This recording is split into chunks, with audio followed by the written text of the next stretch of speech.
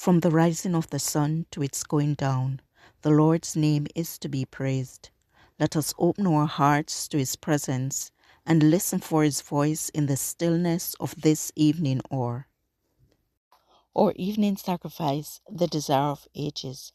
Chapter 30, He ordained 12, March 14th. Have we trials and temptations? Is there trouble anywhere? We should never be discouraged. Take it to the Lord in prayer. Can we find a friend so faithful, who will all our sorrows bear, share? Jesus knows our every weakness. Take it to the Lord in prayer. This chapter is based on Mark 3, verse 13 to 19, Luke 6, verse 12 to 16. And he called unto him the 12, and began to send them forth by 2 and 2, and gave them power over unclean spirits. Mark 6, verse 7. The first step was now to be taken in the organization of the church that after Christ's departure was to be his representative on earth. No costly sanctuary was at their command, but the Saviour led his disciples to the retreat he loved, and in their minds the sacred experiences of that day were forever linked with the beauty of mountain and vale and sea. Jesus had called his disciples that he might send them forth as his witnesses to declare to the world what they had seen and heard of him. Their office was the most important to which human beings had ever been called, and was second only to that of Christ himself.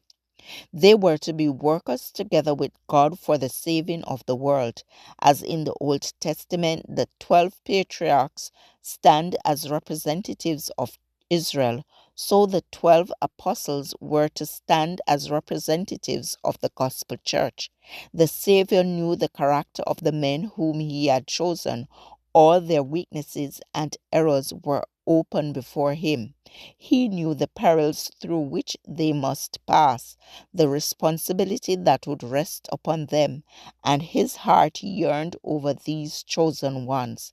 Alone upon a mountain near the Sea of Galilee, he spent the entire night in prayer for them, while they were sleeping at the foot of the mountain. With the first light of dawn, he summoned them to meet him, for he had something of importance to communicate to them. These disciples had been for some time associated with Jesus in active labor. John and James, Andrew and Peter, with Philip, Nathanael, and Matthew, had been more closely connected with him than the others, and had witnessed more to his miracles.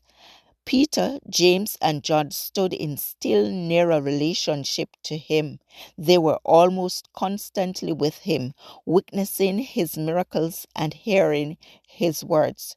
John pressed into still closer intimacy with Jesus, so that he is distinguished as the one whom Jesus loved. The Saviour loved them all, but John's was the most receptive spirit.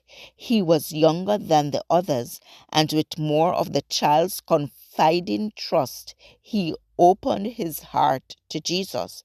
Thus he came more into sympathy with Christ, and through him the Saviour's deepest spiritual teaching was communicated to his people.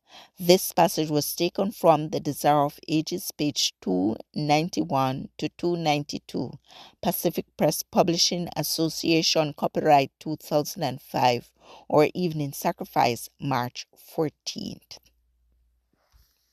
I encourage you to connect with God and receive strength to overcome obstacles each day. Thank you for listening. Please join us tomorrow as we offer up our evening sacrifice.